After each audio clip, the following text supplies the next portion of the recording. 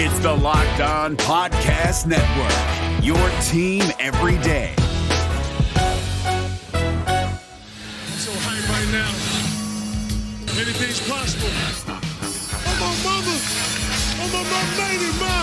Anything's possible. Raina J's back with the vengeance. All the real Celtics fans in attendance. This the truth like 34. This like walking in the garden when you hear the roars. The crowd goes crazy. Most in-depth coverage on the daily. Mainly podcast royalty, the content kings. When you talking about the franchise with 17 rings. Focus like Danny at the deadline. Global with it, got a local feel like the red line, the blue line, the green line. Play it in between time. I'ma throw my C's jersey on in the meantime and press play. When the F's done, I can't wait until the next day. Trying to stay in tune with the C's, that's the best way. Melly. Hey there, welcome back to the Locked On Celtics podcast here on the Locked On Podcast Network. I want to thank you for making this show part of your daily routine, whatever it is that you're doing right now as you listen or watch this show. Thank you for including this show and me in that process. I'm John Karalis. I cover the Boston Celtics for Boston Sports Journal, and I am the author of the Boston Celtics All-Time All-Stars, a book now available everywhere books are sold. If you want a signed copy, head to johnkaralis.com. You can get one for $30. Today on the show, I'm talking about the upcoming draft. It's Thursday, draft night. I'll be talking about the draft. I'll be talking about the Celtics and Yam Madar and what they're seeing in him. And questions about Kemba Walker and the Kemba Walker trade to OKC, when we're hearing now that maybe the Thunder can turn around and get something for Kemba Walker. Is that possible? I'll be talking about all of that stuff. But it's draft day. And I got to start by saying, please watch the Locked On Podcast Network Draft Night Show, which is starting tonight at 7 p.m. on the Locked On NBA channel, on Roku, on Fire Stick. If you've got those, you can stream it on your TV. You can watch it on the Locked On NBA YouTube as a second screen. However you want to consume it, please consume it, because it's me. It's Chad Ford, the legend. It's Rafael Barlow, our very high upside star in the making. And when it comes to draft coverage, it's analysis like nothing else you're going to find. And it is on Thursday night, tonight, 7 p.m. So check it out. It's going to be fantastic. I am in Dallas. If you're looking around saying, what's that background? I'm in Dallas in a hotel room with the studio right across the street over there, where I'll be doing the show and talking draft for hours and hours with some great coverage. So that's coming up tomorrow. So before that, let's get you ready. By the way, that means there's no Friday podcast. I'll be on the air for all night Thursday. And so Friday podcast is out this week. Normally it's a Monday through Friday podcast, but the Friday podcast this week is out. Sorry. So the Celtics sent out Austin Ainge, their director of player personnel, on Wednesday to talk a little bit about the draft. He was asked some questions by the media. The one question I think that is of interest to everybody here is about Yam Madar, point guard out of Israel, flashy but promising, and a guy that a lot of us are now thinking, hey, maybe this guy could be the point guard of the future. He is going to be playing in the Summer League. We know this. The Summer League, which the schedule came out, it's the 8th through the 15th, so a week in Las Vegas. He will be part of that, and we'll see what the hype is here and what he can do. But Austin Ainge was asked about Madar, and he said, quote, Yam's doing great. He had a great year. He improved on all of the things we asked him to improve on. We've been in contact with him and his people all the way through and love the progress. We'll see what the future holds there. So very non-committal about Yam Madar. Does that mean that they're going to have to watch and see? Does he have a great summer league and make it impossible for them to resist bringing him over? Or is his summer league going to be okay or worse, and then make it very obvious to Yam, his people, everybody that's watching, send him back over to Israel, or if he joins another league, Send him back over there. Give him another year of development. Here's your homework. Go and work on this stuff. They said he improved on all of the things we asked him to improve on. I assume that his shooting is one of those things. Maybe some of the decision-making, being, throwing flashy passes is one thing, but good passes is another. If all of that stuff is part of the plan, then maybe we can see, hey, you know what? Go out there, do it again. Show us that shooting is not a one-year aberration. Go out there and show it to us again. If he's okay in Summer League, then I think everybody involved will probably be amenable to that. If he's not, if he's awesome and they say, hey, I'm ready to come on over, that's it, then the Celtics have a decision to make. How does that impact them? I think if you've heard this before, if you're new to this show, if this is the first time you're watching, he is basically, the Celtics hold his rights, but he's a free agent. And you have to pay him as if he's a free agent. Just like any second round pick that you make, the Celtics hold that player's rights. Now you have to pay him out of whatever money you have. So if the Celtics have that $5.9 million taxpayer mid-level and they say, oh my God, we got to bring Yam Madar over. He's destroying Summer League. He's clearly the best player there. We've got to bring him over.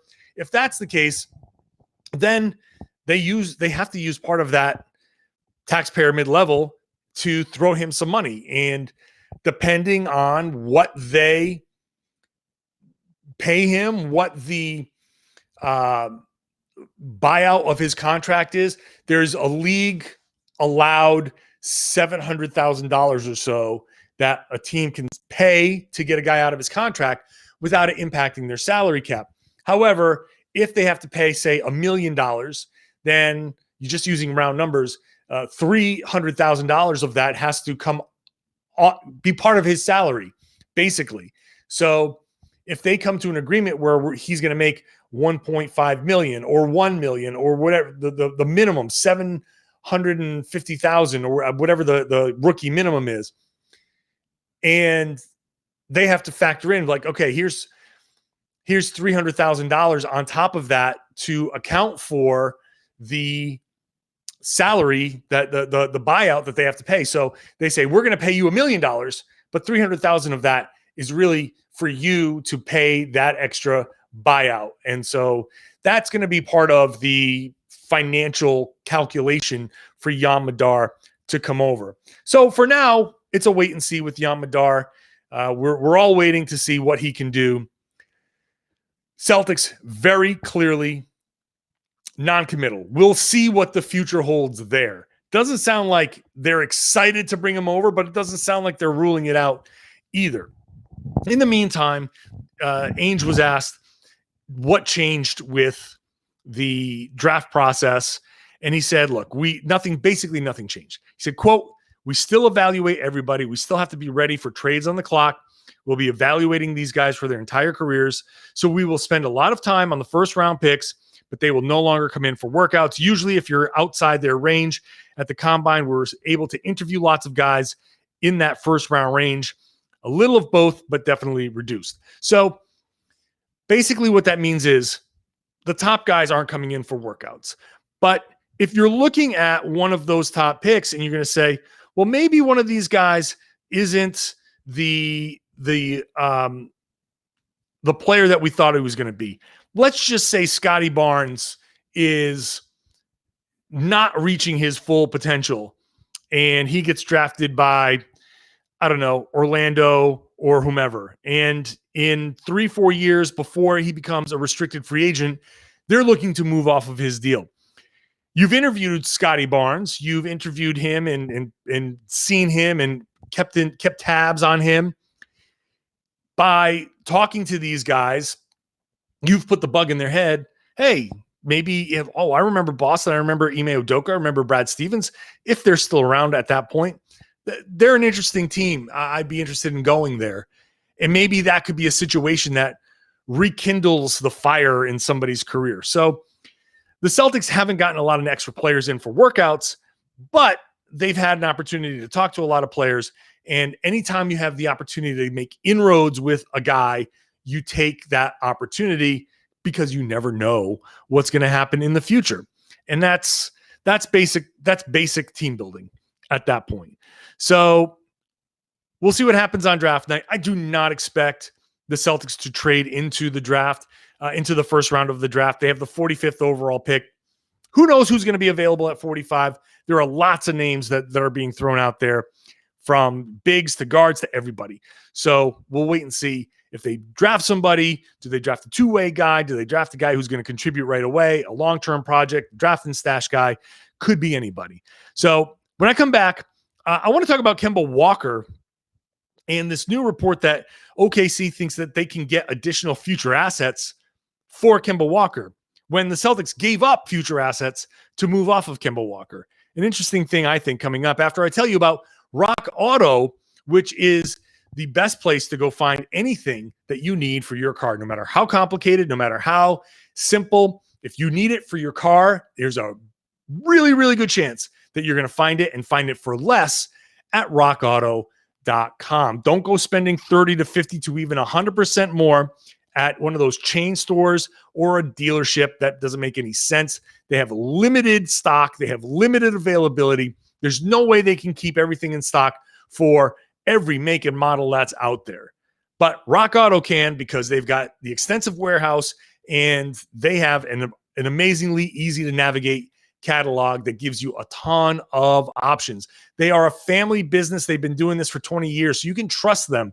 You know that they have done this before. They've treated people right. They've saved people a ton of money.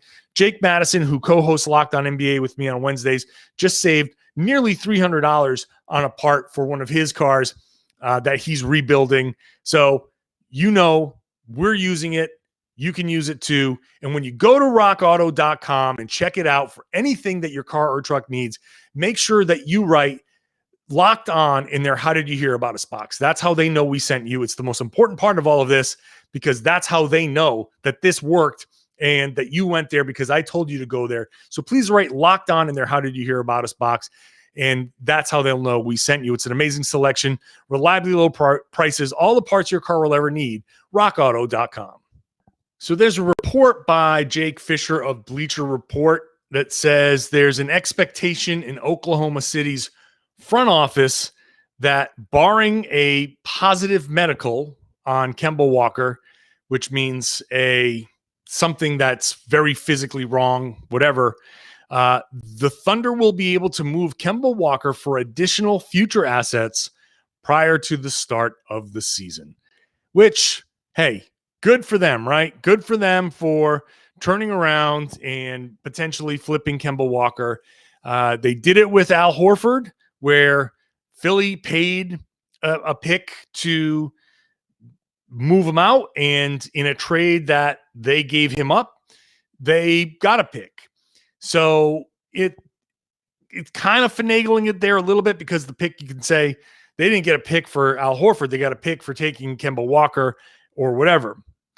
But it's going to be interesting. I'm very curious about the reaction, and you can leave a comment here if you're watching on YouTube, because I don't know how people are going to react if the Thunder turn around and trade Kemba Walker and get assets for him. Because, okay, the Celtics got Al Horford and they moved Kemba Walker for, and they saved some money there. Fine. That, because they did it in last season, saved them tax dollars, I think, for the prior season and for this upcoming season. So financially, I understand that deal. But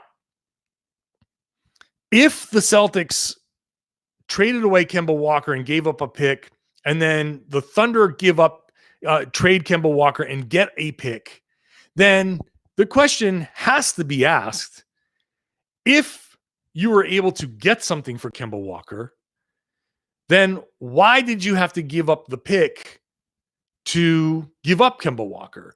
Why couldn't you have waited to see if one of these teams that you're trading, that whatever team that Oklahoma City gives Walker to, would that team not have traded with the Celtics to if they're giving up an asset, give the Celtics that asset and then take Kemba and whatever, fine. And at least the Celtics would have had an opportunity to pick somebody up in this draft, which is supposed to be really good. Now, the question there is, who could they have gotten? Who would be available at 16 if the Celtics were still picking? Would they have wanted to develop this guy? Let's say, for example, it's Zaire Williams out of Stanford, who had an absolutely horrible year at Stanford, but has promise and needs to be developed because his high school time was so promising and he was a very high prospect for that. Would they have taken him and maybe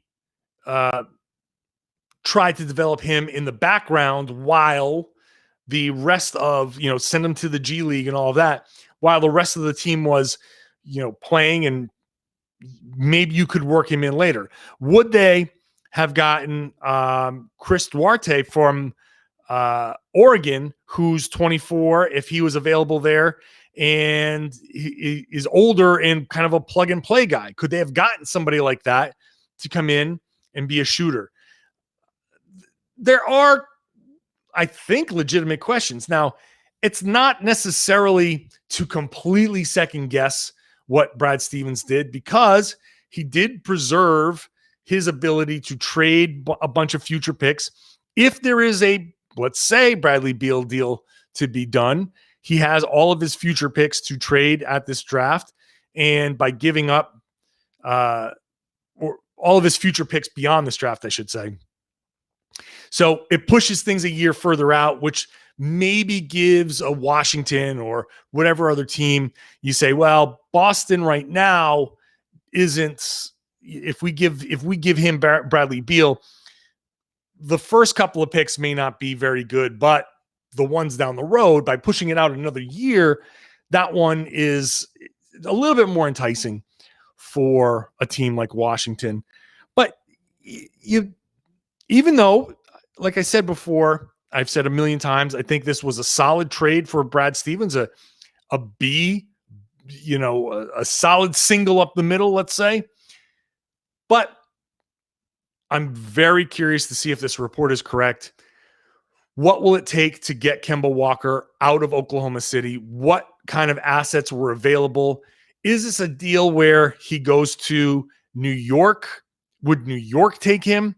And obviously Boston does not want to make New York any better, or doesn't, but I don't know. But at the same time, if they don't feel like Kemba's got a lot of time left, you trade him to New York, you trade him home. That's a solid. I think if he goes back to New York City, that could be looked at as a favor of some sort.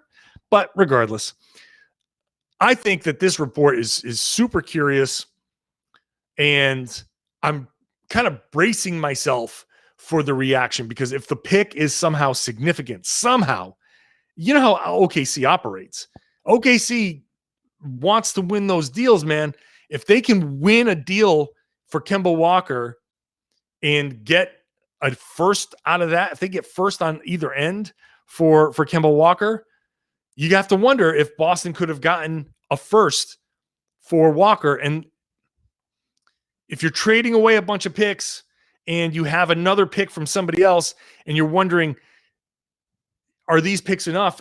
You throw another pick into a trade, a future trade, or if it's all of your picks, or you keep your pick and trade that pick, and then you can, I don't know, you can push things out. Having an extra first round pick is not a bad deal. Doesn't matter. So I don't know. I'm fascinated by what the ripple effect of this Kemba Walker deal is going to be. And I'm super curious as to what do the Thunder think they're going to get. Okay, up next, my draft night expectations. It's going to be a wild one. Celtics competition, heavily involved on draft night.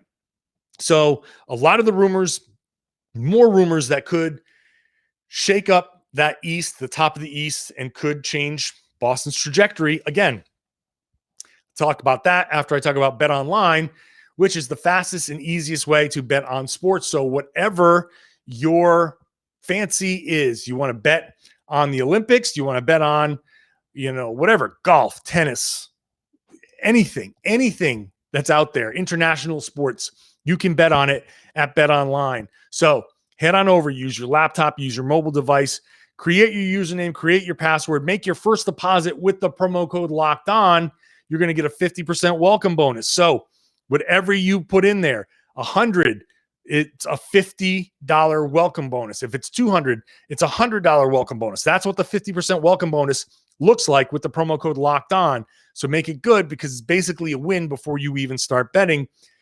Go to betonline.ag, get into the game at BetOnline, the fastest and easiest way to bet on sports, your online home for all of your sports betting. Please gamble responsibly. Thursday night is draft night, and it could be a wild one. Just listening to Chad Ford talk about all the potential trades, there's a trade basically at every slot that is available. Obviously the Detroit Pistons, they're going to take Cade Cunningham, but there are questions about Cade and whether a trade down to a 2 or 3 or 4 could be worth it. Maybe there's other options. If teams are looking to trade up, if teams are so enamored with Cade Cunningham, could this be a situation where you can trade down? Cade Cunningham is an interesting prospect. Obviously, everybody sees him as the number one prospect here. Not everyone, though. I shouldn't say everyone. Not everyone sees him as the number one prospect, and not everyone sees him as a can't miss either. So maybe that's just people talking themselves into it. But however it goes, it's going to be a huge, huge night. And when I look at the draft, the trade buzz is the number one thing that I'm watching. I'm watching Toronto with that 4th pick. And if Oklahoma City and OKC can't entice Detroit with Shai Gilgeous-Alexander and number 6, does OKC look down that board and say, okay, can we go to Houston? Can we go to Cleveland? Can we go to Toronto? How much is enough for Shai and 6? Do you go to 4 and say, give us 4? Maybe they ask for somebody else in that deal, a prospect that who knows, a future pick. But if Toronto gets Shai Gilgeous-Alexander and that means Kyle Lowry is gone, I talked about this a little bit yesterday. Where does Kyle Lowry go? What happens to that point guard situation? But just looking at it from a direct competition, first of all, Toronto is going to be a lot better anyway. Toronto, we talked about the Celtics being the most impacted team by COVID. Really, Toronto, because they played their entire season in Tampa Bay. So Toronto, but just by virtue of being home and playing at home, is going to be better, I think. And if they get Shai and pair him with Siakam and Norm and all of the and Fred VanVleet, and could that elevate them to Boston's level? Slightly above, slightly below, whatever. If Boston ends up as the 4 seed and Toronto ends up as the 5, that's going to be a crazy 4-5 series. That's going to be a very, very tough one for Boston. So that makes this an important one. There's a lot of talk about the New York Knicks moving up. They're trying to get into the lottery. Does that make them better? Does that increase their level as a challenger to Boston? The Celtics did lose to the Knicks and badly in a couple of games there, or one game. And the Knicks, with their defensive identity now under Tom Thibodeau, is moving up and getting I don't know where they will move up, but getting a better player. Does that add to the Knicks, make them more of a challenger in the East? Philly, there's a ton of buzz, obviously, around Philly. What happens with Ben Simmons? Adrian Wojnarowski saying that the Sixers want a James Harden type haul for Ben Simmons, which is completely asinine. That's not going to happen, but they're setting the expectations out there. It's obvious Philly's just sending the word out.